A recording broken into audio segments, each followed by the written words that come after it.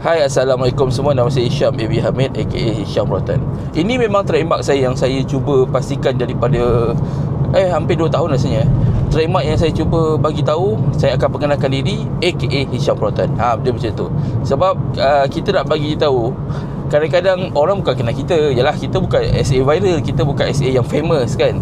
Kita nak bagi tahu macam ni supaya orang kenal kita, kita tengah menjual diri kita. Macam tu lah lebih kurang Jadi apa tujuan pun yang saya buat video ni, ialah video ni sebenarnya untuk membuktikan yang saya ni memang SA yang sah, SA Proton yang sah, yang register dengan HQ Proton.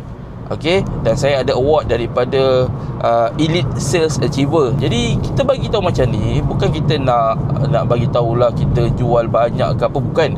Cuma saya nak bagi tahu dekat sini yang anda semua mesti cari orang yang betul, SA yang betul untuk berurusan supaya terhindar, dijauhkan daripada penipuan. Inilah tujuan dia. Jadi kadang-kadang kita tahu, kita pun dulu pernah jadi SA masa muda-muda. Kita tengok duit pun macam nak ambil je duit orang, nak rembat je duit customer, nak ambil diskaun customer.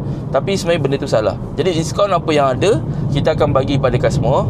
Dan kita pun akan buat customer lagi seronok dengan kita pasangkanlah tinted ke minyak apa semua. Jadi dengan syarat mesti cari SA yang betul, SA yang berkelayakan, SA yang bijak untuk menyelesaikan masalah pinjaman kereta.